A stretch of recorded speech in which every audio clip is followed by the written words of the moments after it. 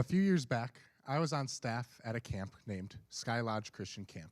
This was a place that I had gone growing up every summer from the time that I could, go to camp. They had camps all the way through grade school, and then once you were out of grade school, you could work at the camp as either, work in the kitchen, as a lifeguard, as a counselor, all these great things. And so every summer, this is where I wanted to be. This was my home away from home. And one of my favorite parts of being at Sky Lodge was the opportunity to be a counselor during the summers. Now, for any of you who have been around multiple 4th to 6th grade boys all at the same time, multiply that energy by about 10 because they're away for a week and their parents are not there. There were about 20 of them per cabin, and the stench was near unbearable. These were smelly, crazy boys who didn't want to sleep, and yet they were some of the best weeks of my life. And I'm still in touch with a lot of those campers. A lot of the campers then eventually just grew up to be on staff either with me or even this past summer, I was there speaking to a camp, and I realized looking out that all of their counselors I had counseled. And so it's this really cool experience when you grow up going to a camp. You get to know the campers, and then they grow up and become staff, and you just continue to have this great connection with them. However, one of the hardest parts of the job, especially for someone who's fairly introverted, is whenever the new campers show up every week, you have to get to know them, obviously, right? You're there with them for a week, so you might as well start off on a good fit, especially trying to be the cool counselor. I was 16, what can I say? And this led me to some interesting situations. I remember there was one group in particular that I was having a really hard time connecting with, but there was one kid, we'll call him John. It's not his name, but we'll call him John because it's an easy name to go for, and I know there's multiple Johns here in the congregation, so why not? So there's this one kid named John who I saw a glimmer of, if I connect with this kid, then I'm in with all of them. There's always the ringleader. And I thought, I might be able to get in with this kid. So I started investing my time there. And this John thought he was a ladies' man. Emphasis on thought he was a ladies' man. The ladies did not agree. And because of this, he often ended up getting either laughed at or mocked by the girls because he'd go up with them trying to flirt, trying to get their numbers. It's what 5th grade boys do, I guess. And because of how the girls would respond, this caused John to become visibly upset. Sometimes he would leave our games, he would go off and complain, just be generally upset, like, how dare they reject me? I am peak masculinity, little 5th grader. And so I would pull him aside and try to talk to him about it, try to talk him through, like, hey, bud, maybe just focus on spending time with the guys, focus on, we're here to have fun, we're here to do archery, swimming, canoeing, all the great paintball, all the fun stuff. Maybe focus on that instead of trying to find a girlfriend for 4 days until you never see her again. And so this resulted in talking to him all the time. And it almost came to the point where he'd pull me aside during group lessons specifically. And so while I thought I was helping him, and I thought I was pointing him to pay attention towards what Jesus is doing in this week, what I realized as the week went on was he was using my care for him as a way to get out of Bible lessons, as a way to get out of situations that might actually challenge him to grow.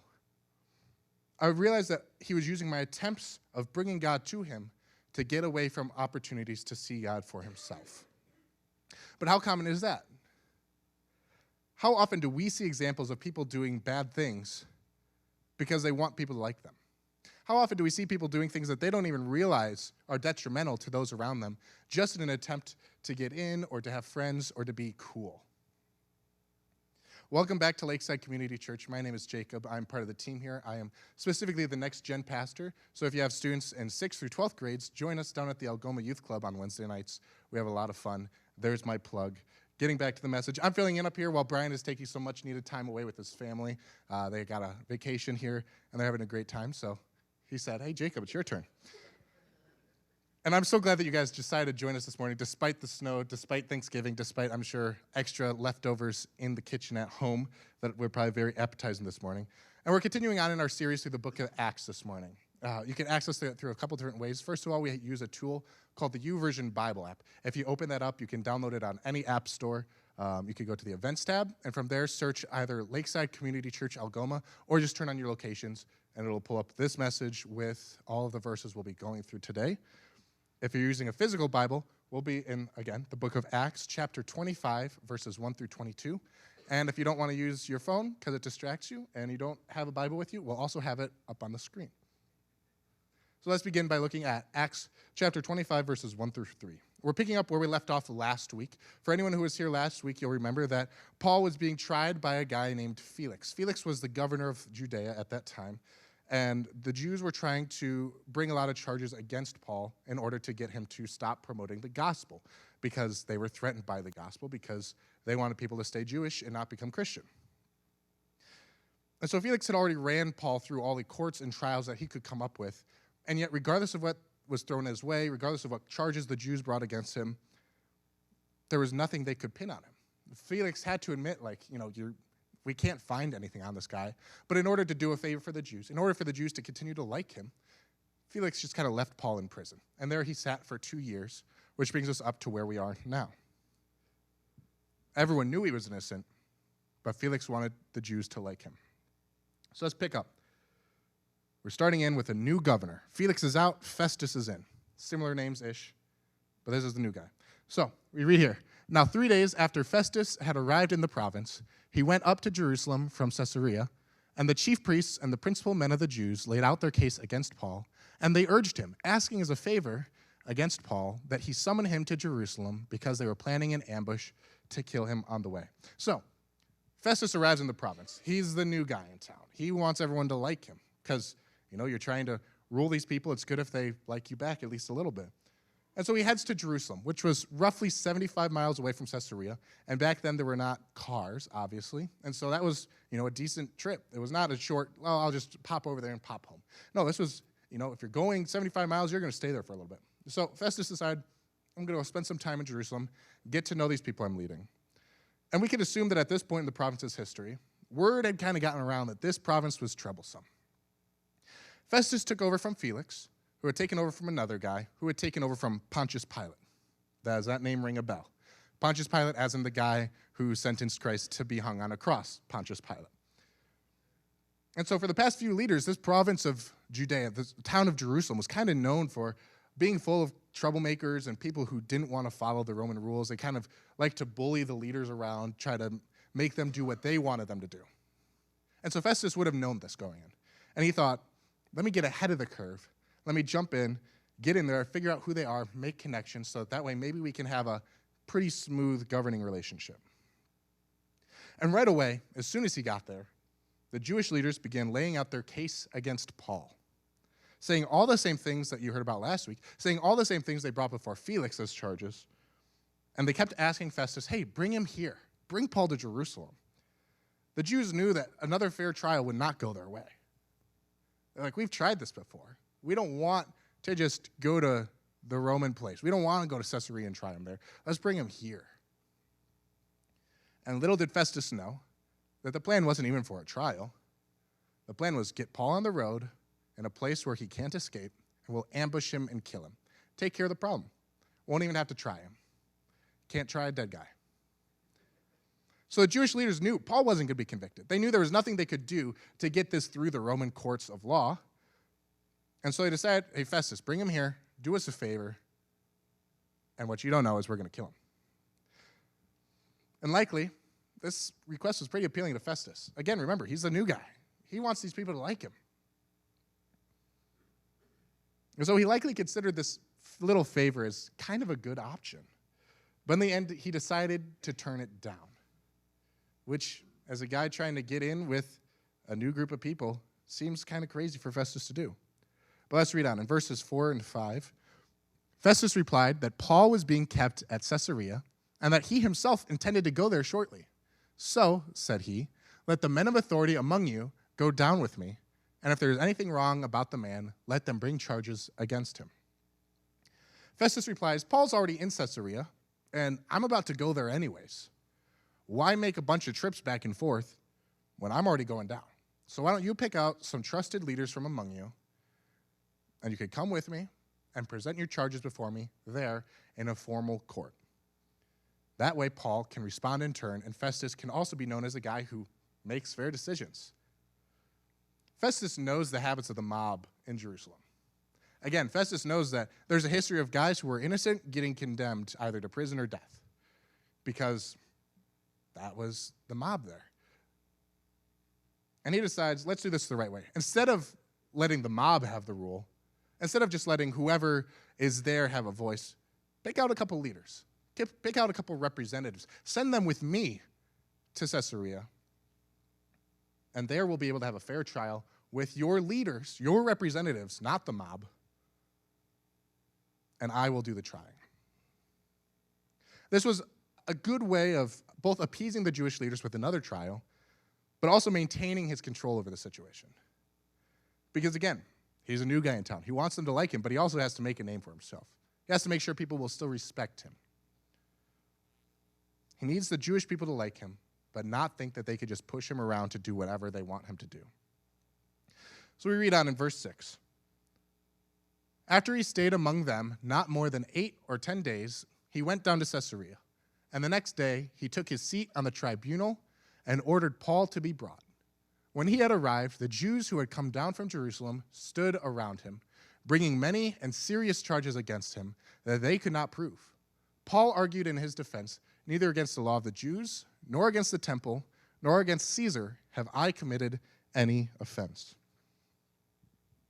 Festus stayed in Jerusalem for about a week and a half-ish, which is a pretty good amount of time to get to know a town, get to know the people, get to know some of the culture, and just how it all operates. And while he was there, he was likely building relationships with them. And like I said, trying to kind of understand their customs, trying to understand who they are before going into this trial. Because he knows there's a lot going on here that he doesn't quite fully understand as an outsider. And so he spends time investing in those relationships, trying to understand who the Jewish leaders were and where they were coming from. It's much easier to mediate a disagreement between two close friends who you know well and understand what they mean, even if they don't understand what they mean, than to mediate a fight between two random guys on the street. If I have two buddies who are fighting, they might not be willing to talk to each other, but I'll understand their verbiage. I know who they are. I have a relationship with them. So I can understand where they're coming from, what they're saying, and their background.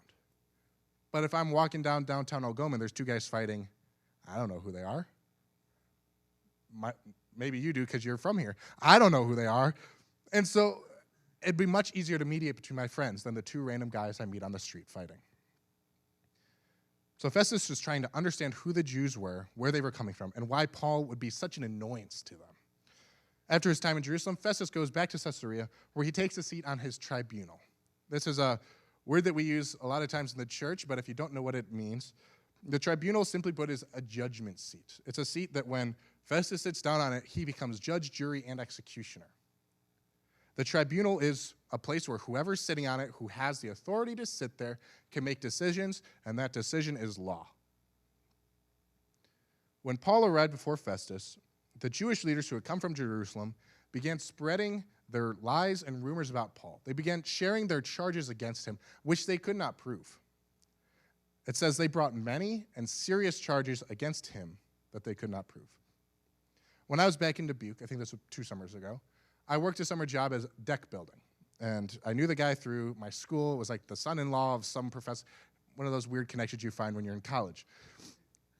And so one day while we were taking our lunch break, my boss was telling me that he had just spent the day at the Dubuque courthouse. His son had just gotten a speeding ticket, and so my boss went down with him to contest it and try to figure out a solution around it. But on top of that speeding ticket, my boss told me that his son also received a fine for obstruction of view because he had an air freshener hanging from his mirror. And so what my boss soon found out was that it was commonplace in Dubuque County, specifically, for the cops to sometimes charge on an extra charge, whether or not it was legit, just to have multiple charges on a ticket. They would charge on a second charge of some sort in order to discourage you from actually going to the courthouse to contest. Because to contest the charge, you had to pay a separate fee for each charge you were contesting. And so by the time they spent the day at court, and by the time you paid the fee to contest a couple different charges, it might have just been easier or cheaper to just accept the charge, pay the fine, and go about your business. And so my boss said that he knew of a couple cops in Dubuque personally who would intentionally tack more charges on just so that the defendant would end up just kind of accepting them and not fighting it. And this is what the Jewish leaders were trying to do. They said, we know that most of our charges are not going to fall through. But maybe if we bring up enough charges, something will stick. Maybe if we bring up enough charges, something will fall through the cracks and not be able to be discounted. It's the epitome of the saying, if you throw enough mud at a wall, eventually some will stick. The Jewish leaders were hoping to just pile on accusation after accusation and eventually hoped that either Paul would slip up or Festus would just accept something so the trial would be done. But Paul wasn't going to let his reputation slide like this. He responds saying, I have not done anything wrong. I haven't broken Roman law, I haven't broken Jewish law, and I have not committed any offenses against the temple. He says, I've committed no offense against anyone, which is a pretty brave thing to say. I don't think I could say that. It probably offended someone at some point. But that was his offense, which was not enough for Festus. So we go on in verse 9. But Festus, wishing to do the Jews a favor, said to Paul, do you wish to go up to Jerusalem and there be tried on these charges before me? But Paul said, I am standing before Caesar's tribunal where I ought to be tried. To the Jews I have done no wrong, as you yourself know very well. Again, we go back to these Jewish leaders here typically caused a lot of problems for the Roman provinces. And so Festus is still trying to do them a favor so that they'll like him. Festus asks Paul, do you want to go to Jerusalem and be tried there? Do you want to go to the hive? Do you want to go to the nest and be tried there? And Paul says, absolutely not.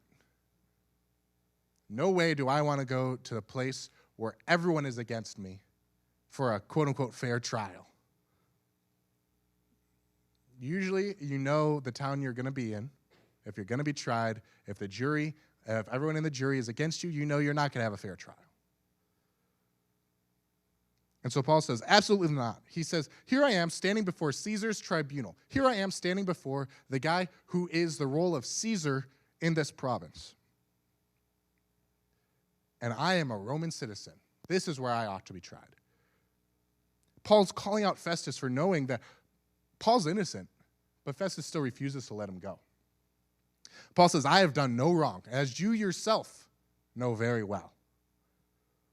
Paul knows if he goes to Jerusalem to be tried, no court will be impartial, and he'll be found guilty like that. And Paul continues in verse 11, if then I am a wrongdoer, and I've committed anything for which I deserve to die, I do not seek to escape death. But if there is nothing to their charges against me, no one can give me up to them. I appeal to Caesar. Then Festus, when he had conferred with his council, answered, to Caesar you have appealed, and to Caesar you shall go. Here Paul says, if I've done anything wrong, punish me. If I have committed a crime worthy of death, kill me for it. I'm not trying to escape punishment. I'm not trying to escape justice for a crime I have done. However, there is no crime that I have done.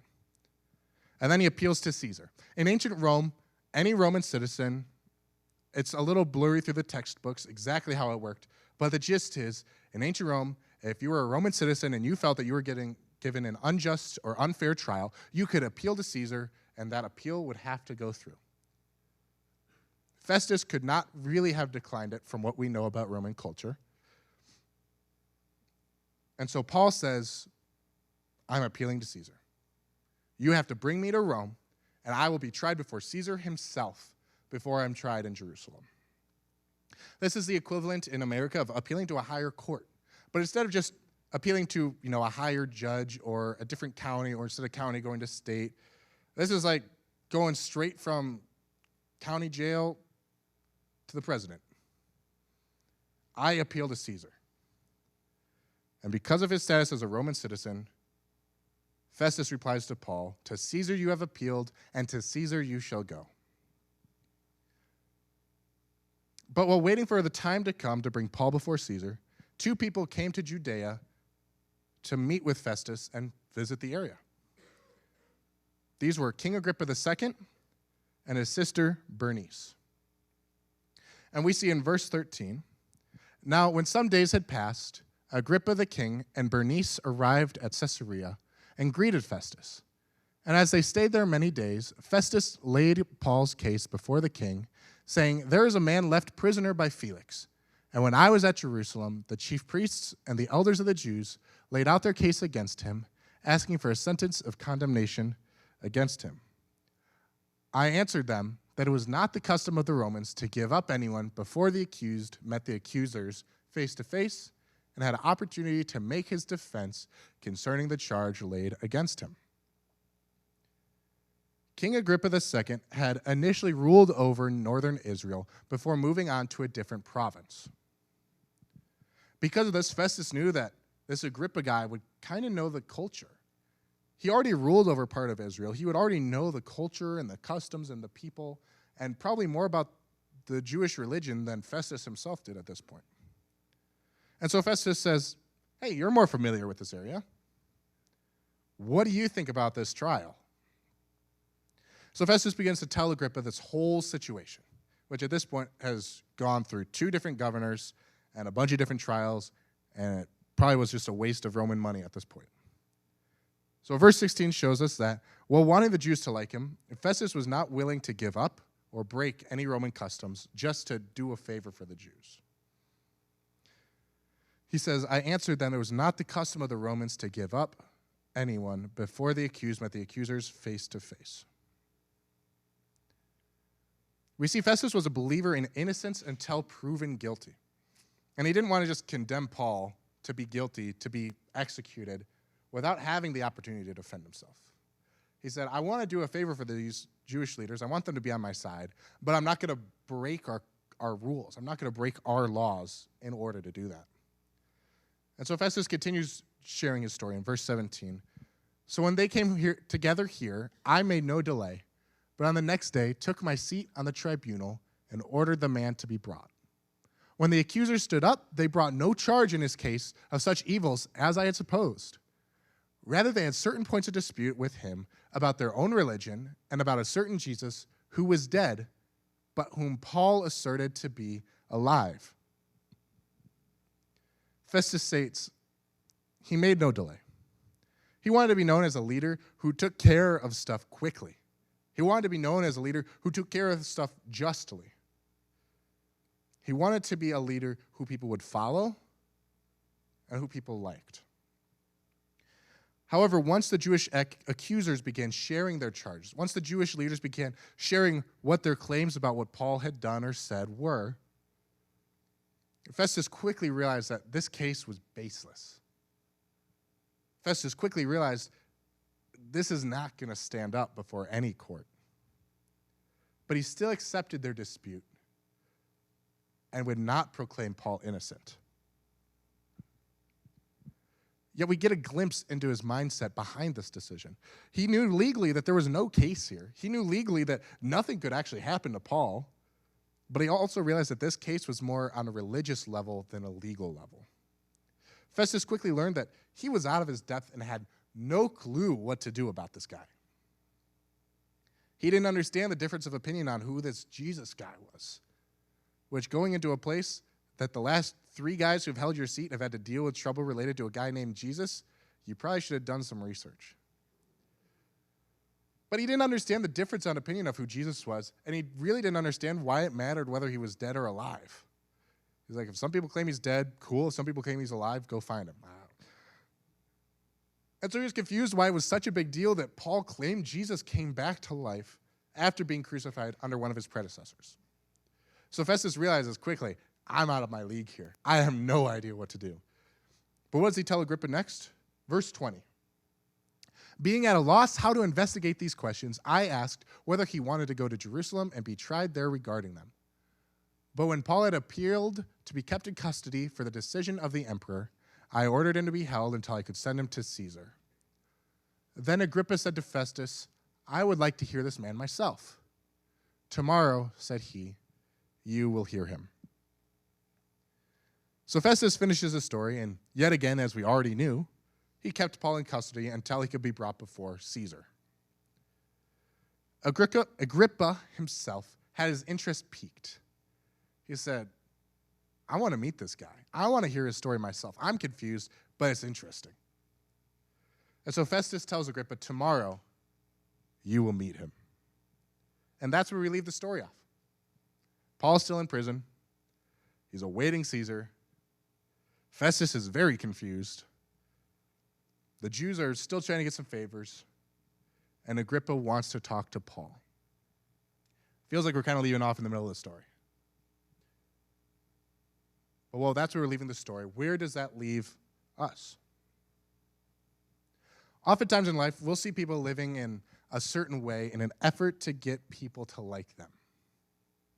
And oftentimes it's not as straightforward or as legal as keeping a guy in jail.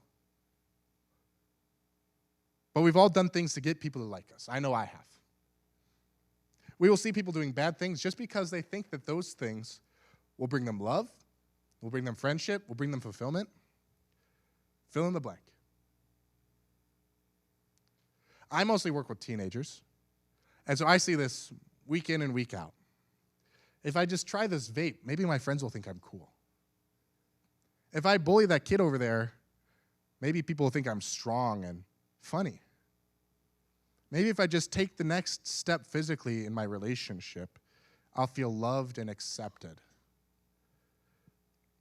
But this isn't just a problem isolated to teenagers. What in your life do you do just so people will like you? Is it drive a cool car? I wish I drove a cool car, but that's more for myself. Is it buying a big house so you can entertain people? Is it talking bad about your spouse to family and friends so they'll think you're funny and cool? For Festus, he's in a new town. He's trying to be the cool guy. He's trying to get favors from people. He's trying to be in charge and have people like him. And through no fault of his own, he inherited a province full of liars, full of holdover prisoners, and full of religious strife that he knows nothing about. And because of this, when he was trying to get people to like him, he continued the false trials of Paul, keeping him jailed up, even though Festus knew Paul was innocent and guilty of nothing. Festus continued to try to do favors for the Jews, even when he knew Paul was innocent. Has this ever happened to you? Has someone ever tried to pin something on you, but you knew you were innocent? Imagine what would have happened if Paul had committed any crime.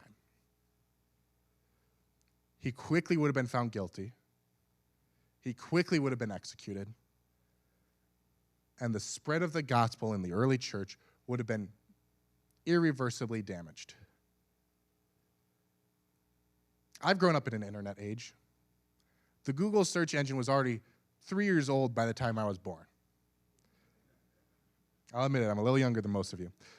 But I've seen countless examples of people whose lives have been destroyed by stuff that they've either said or done online, regardless of whether or not that reflects their real character or their real lives.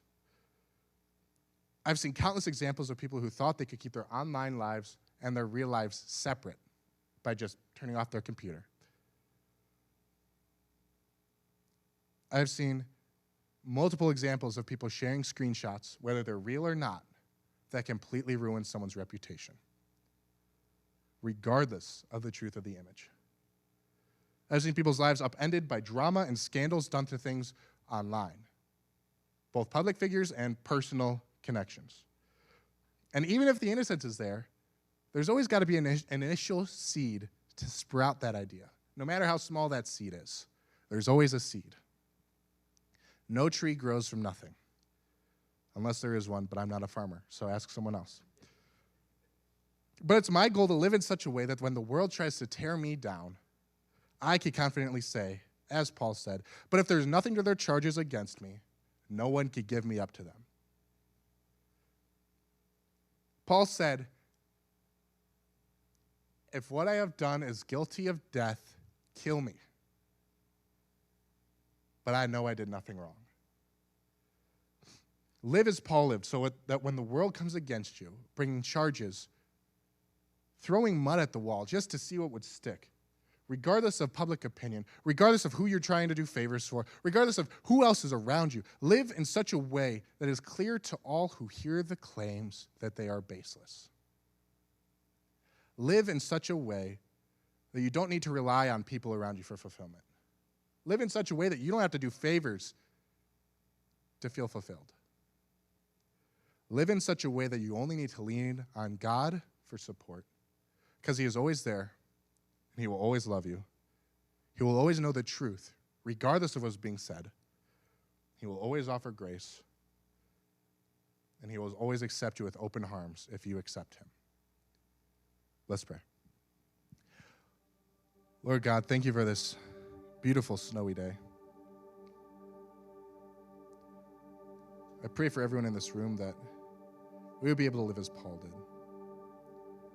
That we would be able to live a life free from the charges. That we'd be able to live in such a way that when the world tries to tear us down, that we would be able to say, we're not running from the charges. We just aren't guilty. I pray that you give us people in our lives who we can lean on and rely on and who we can receive love from free of charge. I pray that you show us how to just live in your light, God. Show us that there's nothing that we need to do in life. There's nothing that we can do in life to make you love us anymore. Show us how to accept that love, God. Pray you give us the wisdom to live a good life. Pray you give us the wisdom to live a good life after your word. Live a good life that follows your commands. I pray that you give us the hearts to hear your commands, but even more, the heart to hear you.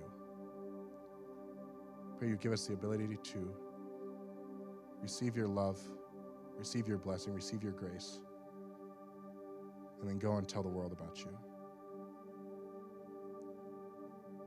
In your name, amen.